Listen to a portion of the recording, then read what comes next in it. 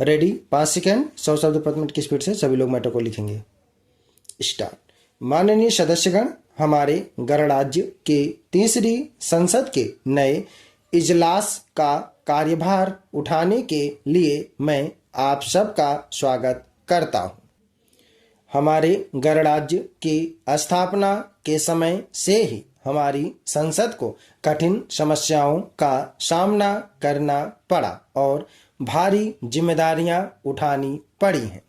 संसद की रहनुमाई में हमने अपने संविधान में बताए गए उन मकसदों को पूरा करने का यत्न किया है, जो इस प्रकार है: अपने सभी नागरिकों के लिए सामाजिक, आर्थिक और राजनीतिक न्याय प्राप्त करना, विचार, इजहार, विश्वास, निष्ठा और पूजा की आज़ादी, दर्जे की बराबरी और अवसर की समानता और सब में भाईचारे की भावना और व्यक्ति की प्रतिष्ठा और राष्ट्र की एकता को सुनिश्चित करना। हमने अपनी सारी शक्ति ऐसे समाज की स्थापना में लगाई है जिसमें ये सारे मकसद कारगर ढंग से हासिल किए जा सकते हैं। अपनी परंपरा के मुताबिक हमने विश्व शांति के लिए परिश्रम किया है और सैनिक गठबंधनों से अलग रहते हुए सभी देशों के साथ मित्रता और सहयोग के संबंध कायम करने का यत्न किया है। हम यह सोचने का साहस करते हैं कि इस बारे में हम संसार की थोड़ी बहुत सेवा कर सके हैं। अपने गणराज्य के निर्माण के बाद शीघ्र ही हमने अपनी लंबी यात्रा शुरू की, जिससे कि हम लोकतंत्रीय और समाजवादी व्यवस्था स्थापित करने का अपना मकसद हासिल कर सकें और इसके लिए हमने योजना बनाकर काम किया। 2 पंचवर्षीय योजनाएं पूरी की जा चुकी हैं और हम तीसरी पंचवर्षीय योजना के बीच में हैं। इस अरसे में हमने अपनी अर्थव्यवस्था के बहुत से क्षेत्रों में काफी तरक्की की है, जो हमें इस तरक्की से हमेशा संतोष नहीं हुआ। खेतीबाड़ी हमारी अर्थव्यवस्था का सबसे अहम पहलू है। इसका बहुत विकास हुआ है और खेतीबाड़ी की पैदावार में काफी वृद्धि हुई है।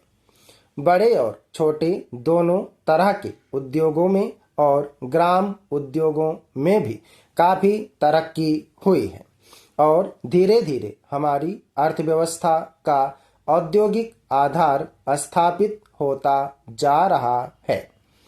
देश के लोगों की सेहत में सुधार हुआ है और 1940-50 के दौरान आम लोगों की जो औसत आयु 32 वर्ष हुआ करती थी, वह 47 वर्ष तक पहुंच गई है और उसमें वृद्धि हो रही है।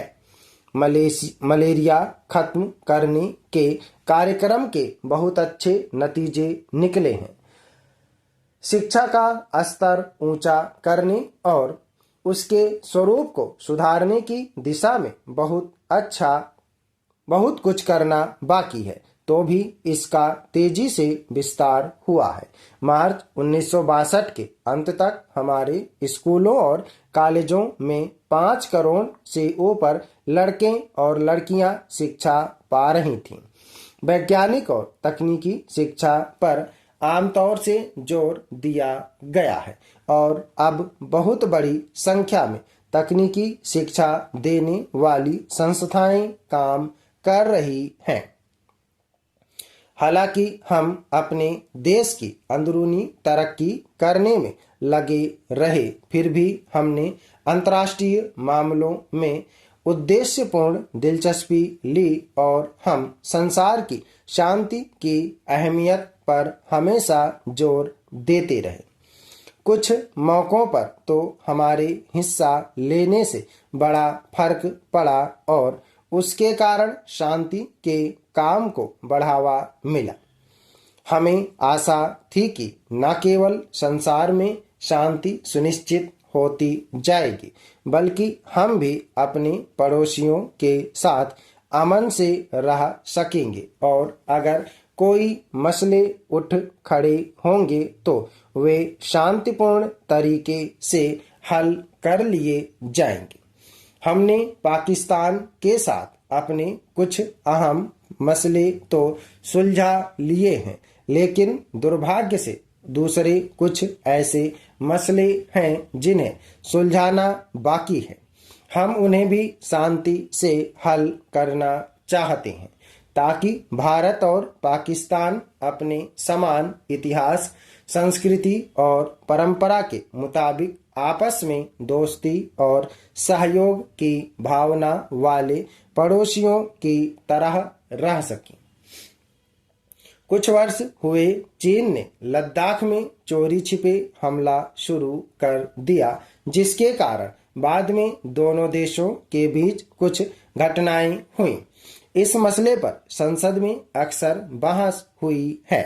हमें आशा थी कि हम इस प्रश्न को भी शांतिपूर्ण तरीकों से सुलझाने में सफल हो जाएंगे, लेकिन पिछले 8 सितंबर को नेफा में सीमा के पार एक नया हमला शुरू हुआ, और टोह लगाने वाले कुछ हमलों के बाद चीन ने 30 अक्टूबर को भारत चीन सीमा पर नेफा और लद्दाख दोनों इलाकों पर जबरदस्त हमला कर दिया।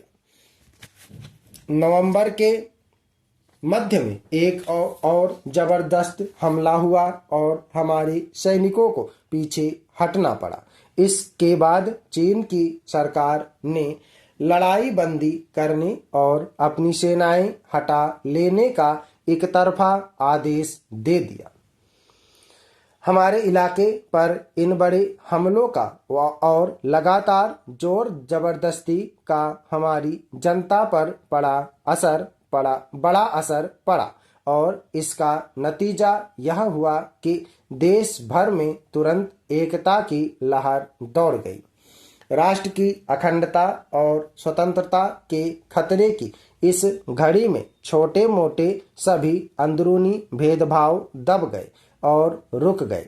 नवंबर के महीने में हमारी संसद ने राष्ट्र का इस मामले में नेतृत्व किया, और समूचे भारत में हमारी जनता ने इस नेतृत्व का दिल से अनुसरण किया।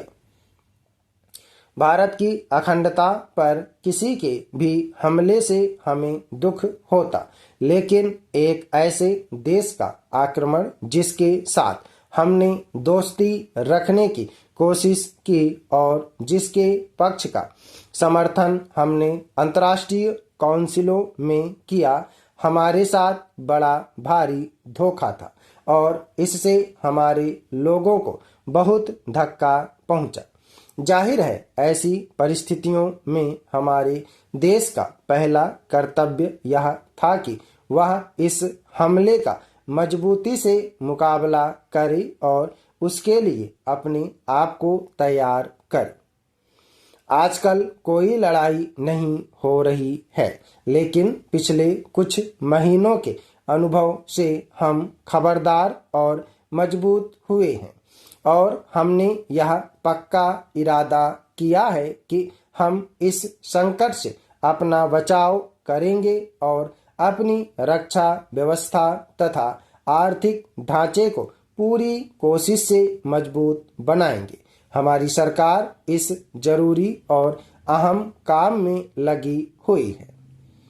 चीनी हमले के बाद जल्दी ही हमारी सरकार ने संसार के देशों से हमदर्दी और हिमायत की अपील की।